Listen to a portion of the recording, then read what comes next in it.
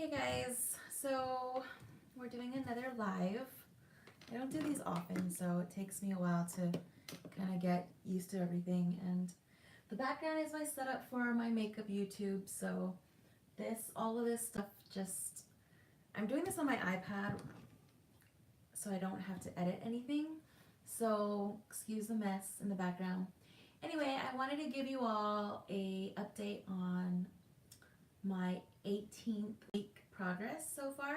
So if you've never been to my channel, my name is Trinity.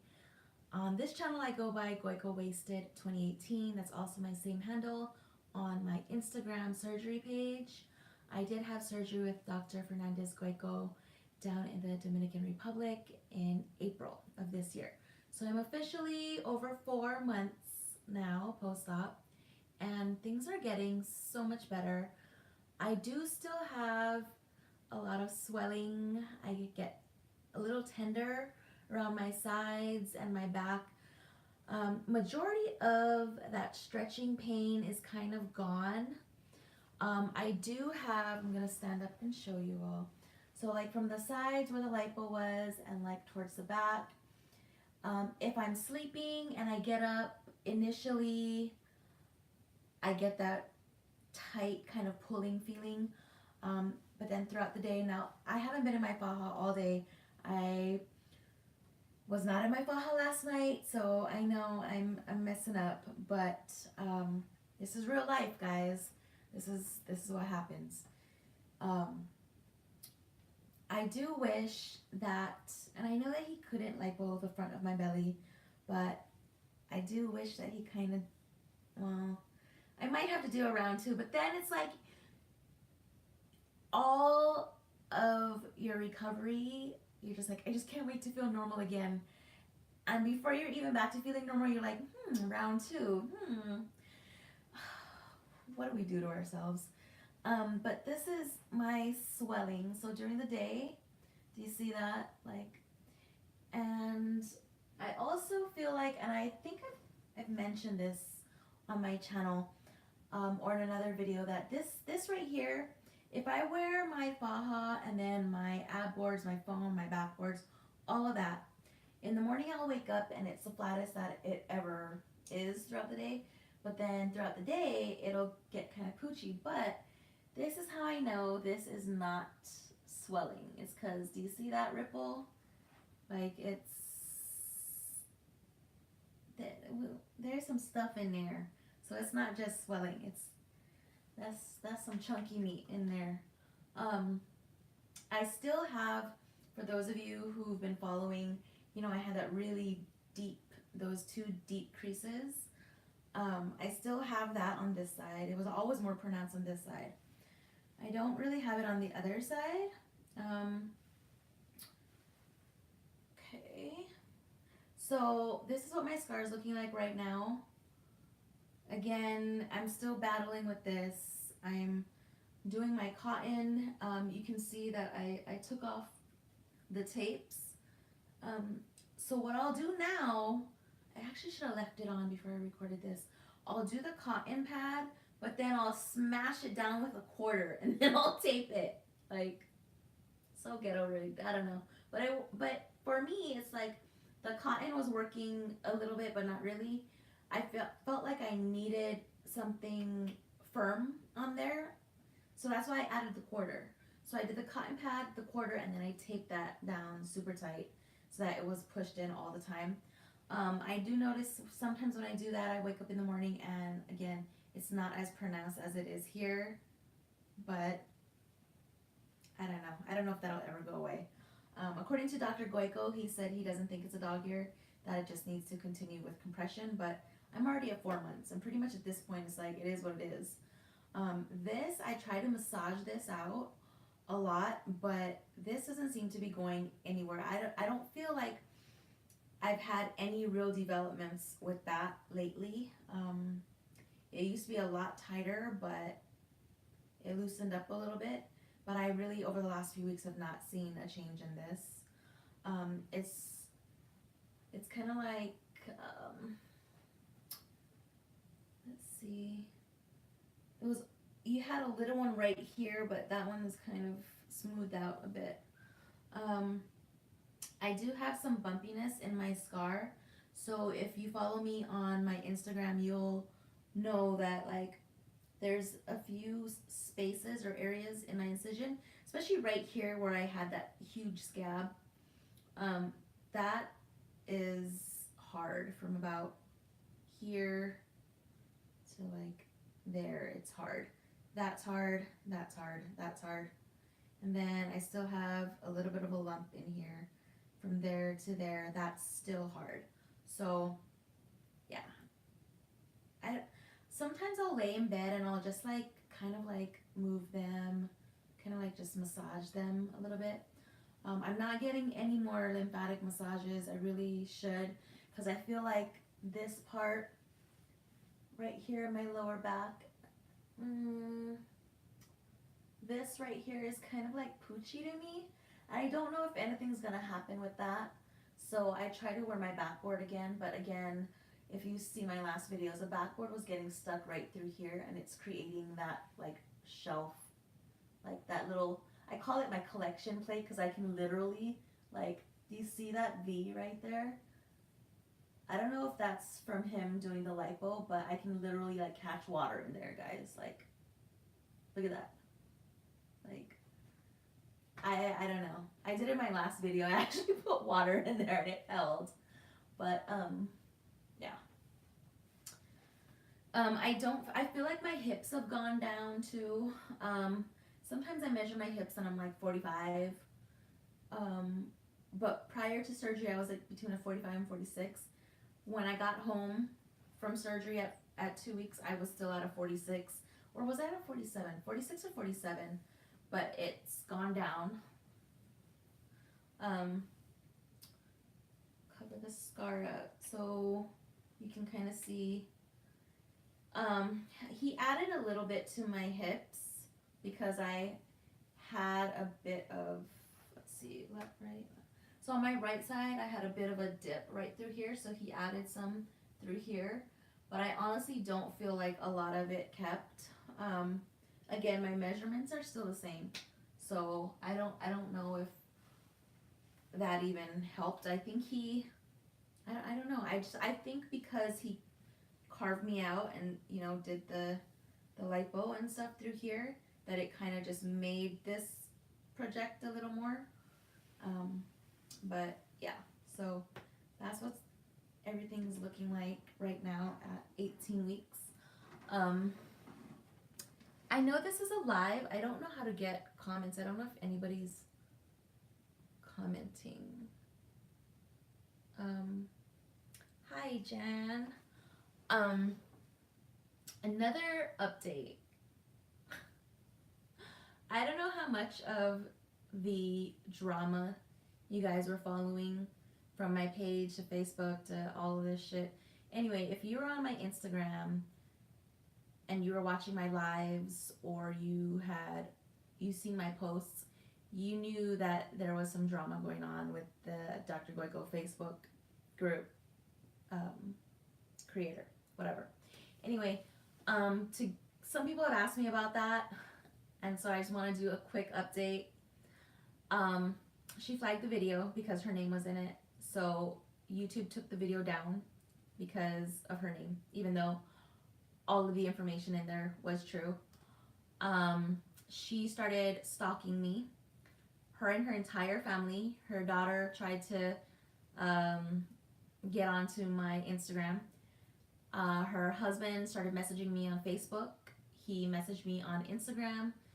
He wanted my address and my phone number. He then went to Instagram and sent me messages like, you can run but you can't hide. And it's funny because, well, not funny. It's actually really crazy that they would go to those lengths to do that. All because I pretty much called her out on that bullshit. And the thing is like she at that point, when her family started stalking me and she started doing all this crazy shit, that's when she was blocked. But prior to that, she wasn't blocked. So she could have easily came to me and been like, hey, can we talk about this? Like, don't send everybody else. Why are you sending your whole family? Like, why? This has nothing to do with all of them. So Um, Another thing is they were sending people to try and like infiltrate my Instagram. Um, she started trying to find all the information she could on me, and she went to my makeup Instagram page, and they had found the name of the agency that I work with. And so my agent, mind you, this is a Friday at like 6 p.m. I get a call from my agent who's in the hospital because she just had a baby the day before on Thursday. Okay, so not even, it's been 24 hours since she's had her baby. She's like, hey, is everything okay? And I'm like, yeah, why, what's up? Are you good? Like, how's baby? All this stuff. She's like, yeah, so something really strange is going on. And I'm like, what? Girl, crazy is not, like, that is the like, it is an understatement. She goes, yeah, so all day today, I really haven't been in the mood to talk, which understandably, she just had a baby. She's like, so I've been getting these blocked calls, and I had like 40 missed blocked calls. She goes, so I finally answered, and it's a guy, and I can't really understand what he's saying, but he's asking me who I am and what's my name. So she's like, my name is Whitney, and he goes, he accuses her of lying. He tells her that she's lying. And she's like, no, this has been my number since, for how many years? How can I help you? This is, of course, her business phone. Well, personal business, whatever. It's a cell phone, Everybody uses a cell phone. Who has a landline anymore? So he hangs up. She gets another call. This time it's a woman, of course. I wonder who that could be. And this woman is asking for me. And so she's like, this isn't her phone. How can I help you? She's like, and then she goes, but she works for me. How can I help you? And I'm like, and they proceed to tell her, well, you need to look into your employees because she's not the best one, or something like that. Then hangs up. So mind you, my agent has worked with me for many years, knows my character, knows the type of person I am. And she was just like, dude, like, crazy, stop harassing me. And she was like, if they continue to call me and harass me, I'm going to file harassment charges. I'm like, good, do it. Do it. Please do it. And I said, by any chance, I said, because she's from Canada, my agent's from Canada. I go, did they sound like they had a Canadian accent? And she goes, you know what? It's funny you mentioned that. She goes, because right before the block calls started coming, she's like, I actually had a missed call from an Alberta number. She goes, but I'm from Alberta, so it's really not uncommon for me to get calls from Alberta. And I was like, do you have that number? And she's like, yeah. And so she screenshot everything and she sent it all to me, including all the missed block calls. And so she was like, yeah, I have this app. It'll unblock the numbers and all this stuff. And then she was like, yeah, but it's funny that you mentioned that because I think they forgot to block their number the first time they called.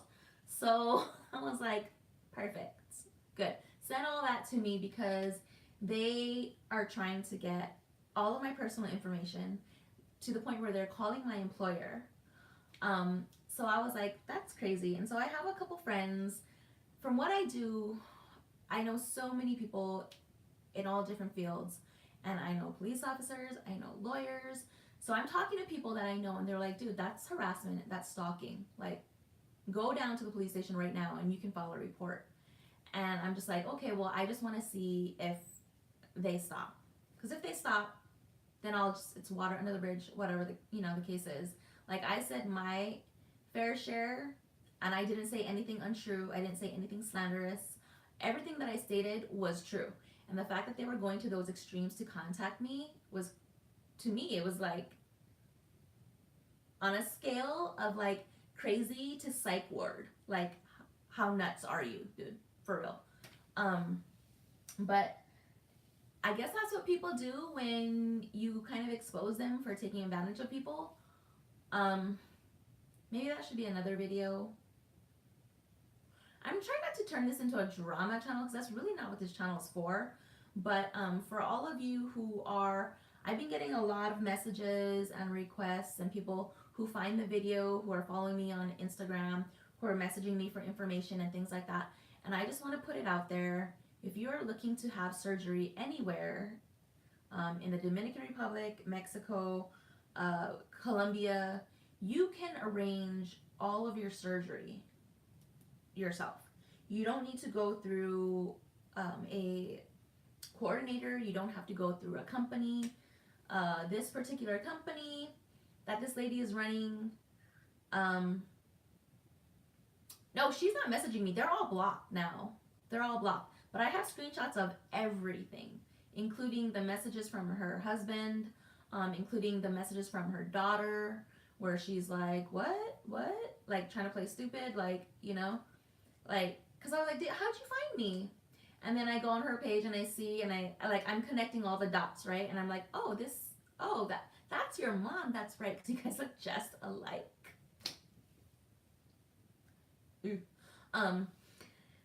But yeah, so okay, so you guys can do all of this yourself. I know that this lady is charging $11,000, calling it a special. First of all, if you go to the DR and you pay $11,000, you better be getting a whole new life. Okay, a whole new life, because there's no reason to spend $11,000 in the DR. My surgery with Dr. Goico cost me $5,700. My stay with Aurelis cost me $1,800, and she is on the higher end. Most of the other recovery houses will be like $80 a night. She's $120. So even with that, staying with her 15 nights, it was $1,800.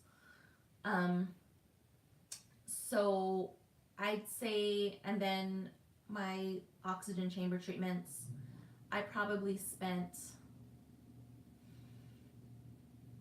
$8,000 in cash when I went down there.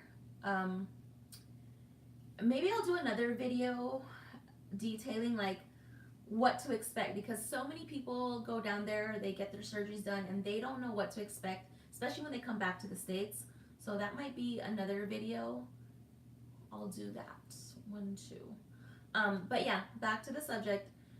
Don't fall for it, because we did the math. Even another doctor that they are promoting right now, Dr. Carvendrish, her mommy makeover prices were, I believe, $4,700. And so you take that plus your stay. I don't know where this extra $4,000, $5,000, $6,000, I don't know who that's going to. So the point is, do not,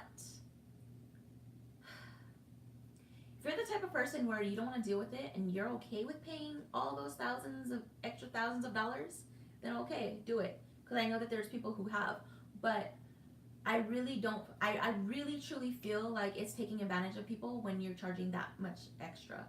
When most coordinators charge just a few $100s extra, because really all you're doing is getting a quote and setting up accommodations. Now, why you feel like you deserve thousands upon thousands of dollars for that is beyond me. Like, it's robbery. It's highway robbery. So yeah, I don't know if anybody has questions. That recovery house you stayed at doesn't take people from CIPLA, right? No, she doesn't. Aurelis has been in and around this surgery game for like 20 plus years. So she knows pretty much all of the doctors in the area. She does not take any patients from CIPLA, and some other doctors. I think Bello. I don't think she takes people from there. But you can check. I think majority of the doctors who perform in Plastamedic she will take, because they're safe, and I don't believe Plastamedic has had any like crazy, like from what I know in my research, I've never heard of Plastamedic being shut down, whereas like CIPLA on multiple occasions have been shut down because people were getting infections and, like, God forbid, like girls pass away there. So um, any doctor who's had like deaths and things, she won't touch any of their patients. So yeah. I know there's a few of you here right now. Are there any other questions you guys have for me in regard to like recovery or the trip or um, yeah, anything? Did you feel anything with your epidural? So Dr. Goico does not do an epidural. You get general anesthesia. So I've heard that some people actually wake up during their epidurals. I don't know. I mean, with general, I felt nothing, like absolutely nothing. I took the blue pill, they rolled me out, I got to the operating doors, I looked at Dr. Goico and I was like, big booty, small waist, boom, I was out. It was lights out, like I was done. And then I remember just waking up in like the middle of the night, the overnight nurse was sleeping, and I was like, I gotta pee, like, so I'm like trying to like move and get, and she's like, no, like, you have your catheter in. And I did not feel a thing. That's when I woke up, I was like, did I even have surgery? So I moved my blankets and I looked and I was like bandaged up and stuff. So I don't recall anything. And then I went back to sleep the next morning. Well, in the morning I woke up and I had my breakfast, and I don't even recall dinner the night before. And I had asked Aurelis, I was like, did you come? Because she told me before I left the house, she was like, baby, don't worry, I'll come see you tonight. And I was like, okay. You know, it's like you're all the way over there by yourself and you're like scared and you're just like, I'm all alone. And so Aurelis becomes like a mom to you, you know? Girl, the catheter, that's not, like, you won't even feel it. You won't even feel it. Like, they put that in once you're knocked out. And while it's in, you don't even feel it. Just don't touch it. Don't tug on it. Just leave it alone. You're all good. She's really, really sweet. So I was like, did you come see me? Like, because I didn't remember anything. And she was like, yeah, I came to see you. I was like, did I eat? And she was like, yeah, you ate. And she told me what I ate. And I was like, that is the first meal in my life, well, aside from like being a baby, that I don't recall eating. Like, I'm a thick girl. Like, I know what I eat when I eat. Like, there's never been a moment where I didn't recall eating. And so I asked a couple of the other girls who were staying at the house, I'm like, did you guys come and see me? Like, was I talking? They're like, yeah, you were talking. And I'm like, dude, I don't know what I was saying. And I was like, fuck, I could have been saying some crazy ass off the wall shit. Like, I don't know. I wish somebody recorded it, because to this day I have no idea. Is there anyone there to translate for you? So, no. The overnight nurse that I had did not speak any English, but just download Google Translate on your phone. No, girl, don't worry. I don't speak Spanish either. The only Spanish I knew was like baño. I knew that. I was like, I gotta go to the bathroom.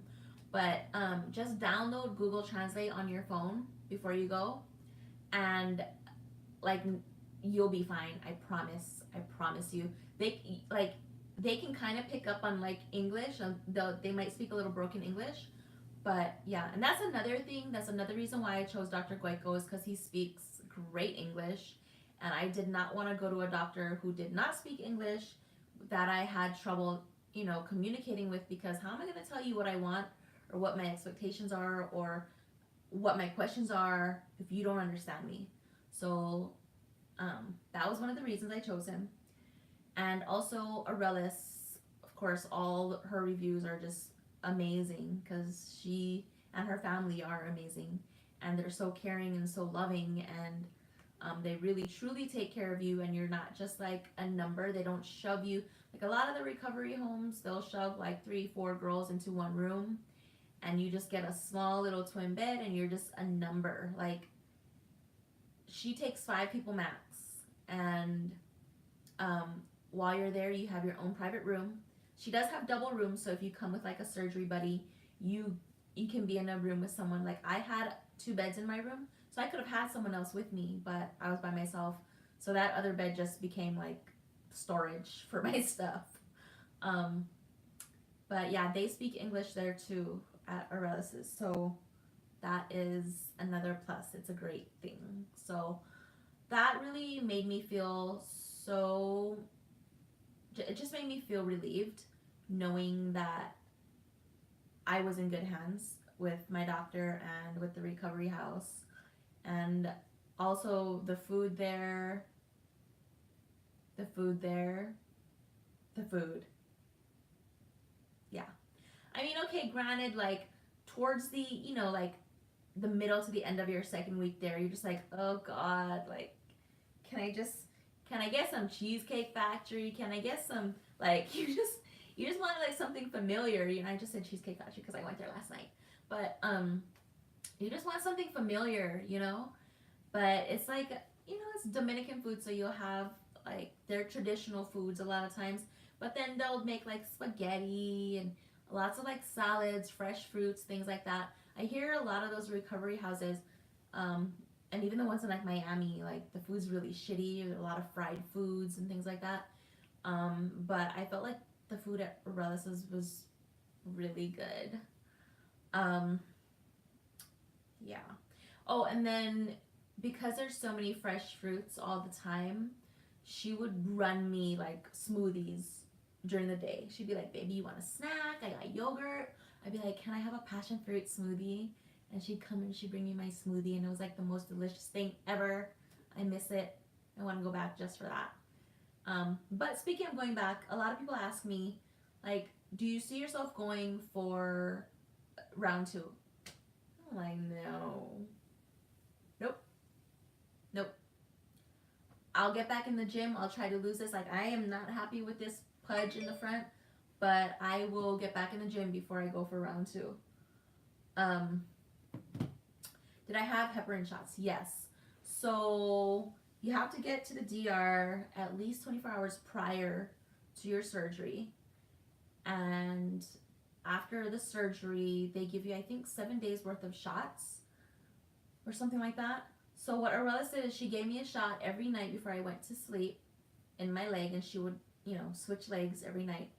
And then they save 1 shot for your flight home, because that's, you don't want to get a blood clot on your flight home. So, I mean, and of course you're wearing the compression stockings and things. But yeah, so you put the compression stockings back on before your flight, and then she gives you your last heparin shot before you leave to prevent any blood clots.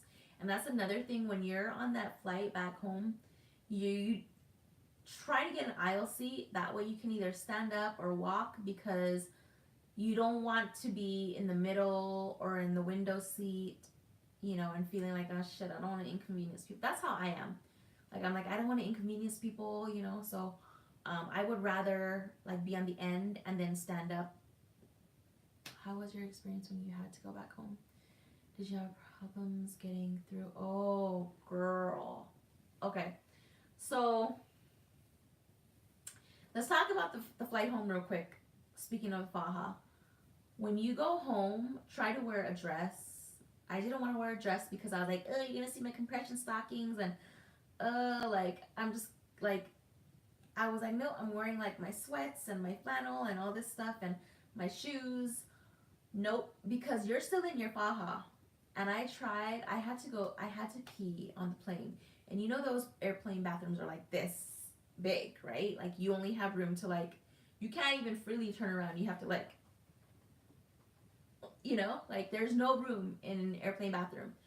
And because I had my pants on around my knees, I was not able to fully this is so much information. I was not able to fully spread my legs. You're gonna learn how to pee in a faja.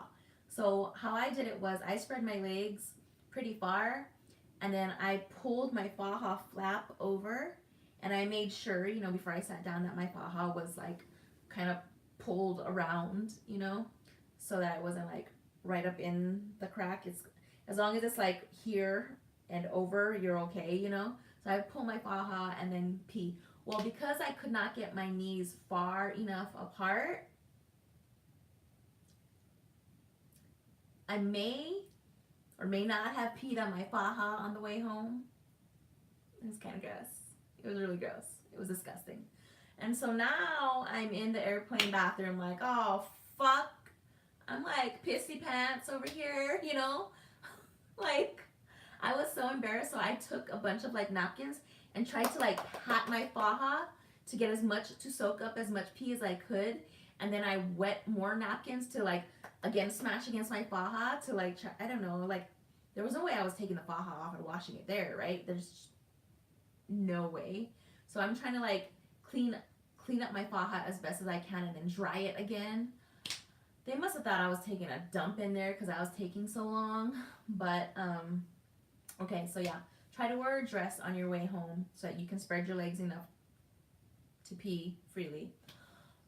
When I got home, I scheduled for my massages because I immediately started getting fluid accumulation in my lower back.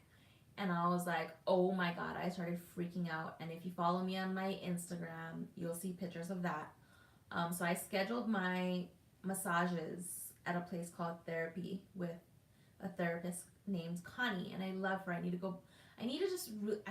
just call her because I haven't seen her since my last massage, and then I ended up missing my last massage because it was like right after 4th of July, and it just slipped my mind. I had so much going on that I ended up missing my appointment. But it was so difficult for me. I took a shower, so my daughter was at school. I took my faja off, took a shower because the last thing I wanted to do was go there. Now, mind you, when you're in the DR, you don't shower. Okay, the water is not safe, so you don't shower. They will sponge bathe you.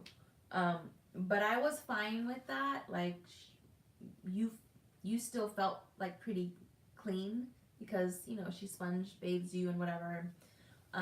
You try not to get hot and sweaty. Like you just don't want to sweat there. So when I got home, it's like, oh, I can finally shower. So I took a shower and I tried to get back in my faja, and guys, it was not happening. You're gonna need someone to help you get into your faja for the 3rd and probably into the 4th week. It wasn't until I was about 3.5 weeks, close to 4 weeks, that I could actually finally put my faja on by myself. That first day that I had to get dressed, I almost missed my massage appointment because I was messing with my faja, and I got so frustrated because you don't feel strong, because you feel like whenever you exert anything, you feel like it's too much pressure and you're like, I'm gonna pop a stitch, I'm gonna do something. So you're trying with all your might to pull with just like your hands, because you can't engage any of your core muscles yet. And it was so difficult. I went to my appointment with my faja only hooked on like the first 2 or 3 hooks. The rest I could not get hooked. So I drove myself. So I'm like in my car like this, and I'm just like getting out of my getting out of my car, and then I'm walking to my appointment like this because you're still hunched over. Girl, it was rough. I looked a hot fucking granny mess, like seriously. And I walked in there and she's like, "Are you Trinity?" I was like, "Yes." And she's like, "I could tell." What the fuck that mean? I guess because I was like hunched over and I could like barely walk, and my stomach's all poogey, is that a word? Pudgy? Poofy and pudgy. Because I couldn't get the fucking shit closed. Did you buy a 2nd stage faja in TR? Yes. Okay. So out of surgery, you're gonna get your first faja. That's your stage 1. I should have brought that with me. Maybe I'll do another video. Let me know in the comments of this video if you want me to do a faja video, and I'll do that. Um, so you get the first stage faja, and that one's it's loose at the moment. While you're in it, you're like, holy shit, it's tight. But nope, it gets so loose so quick, and that is actually the most comfortable faja because the legs are just, it's like super stretchy material. And that was my issue too, is like I have big legs, so everything I get like cuts into my legs, and I was kind of concerned about that. But no issues because it's such thin material and so stretchy that it doesn't cut, it doesn't ride up, so you're good. Once you get your drains taken out, now everybody gets their drains taken out at different times. I would say try to leave your drains in as long as you can until you're draining, like, I think my doctor said less than 50 cc's a day, I think. Some doctors differ, but as long as you're draining less than that. And I had two drains, so I had my front drain and my drain on the side for my back. Um, the front drain got taken out first, and then the back drain got taken out the day that I left. Um, and then they put me into my faja. Was it the day that I left? Yeah, I think the day that I left. And then they put me into the stage 2 faja. The stage 2 faja is much tighter. The material is, it's it's some super compression. It's a different type of material. It's like material, like a smooth material on the inside, and then like mesh for compression on the outside. You're gonna need to cut the butt because if not, you're not gonna be able to go to the bathroom. Um, and so they put you into the stage 2 there. My stage 2 faja costs about $150 there. There's a couple different ones, so I got one that just went under the bust. There's some that have an attached bra. A lot of the girls that I was there with got the one with the bra, and I was like, I don't want to mess with the bra. Like, I didn't get my boobs done there, so I was like, no, I don't need the bra. So, and plus too, I was like, what if the bra doesn't fit? What if it's showing under clothes? What if I just don't like it? Like, what if it's hot? I just want to let the titties breathe.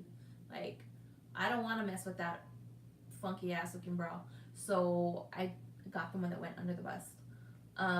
When I came back a few weeks later, I did have to get it taken in, and I actually should get it taken in again. But part of me is like, do I really want to? Like, I'll just stuff more shit in there and make it tighter.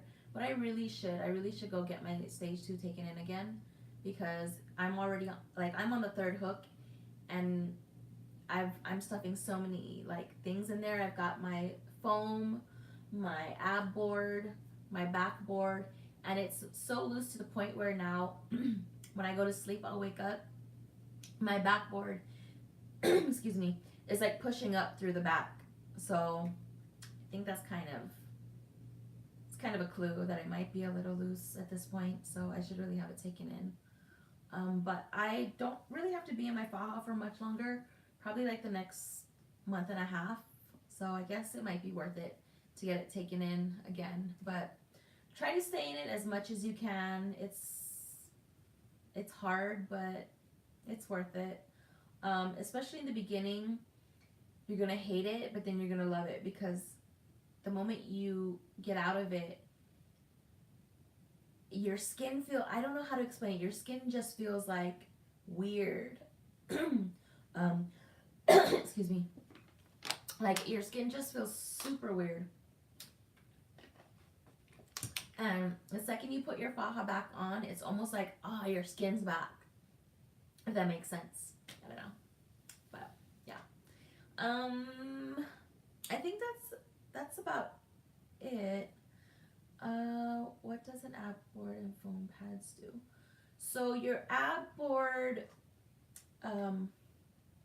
couple things for me in my case. The ab board helps to keep your tummy flat or flatten it out. If you're like me and you got like a bit of a pooch still and some swelling, it helps to keep it flat and prevent more swelling from happening. It also helps to prevent the faja from creasing. So don't wear your stage 2 faja without anything in there.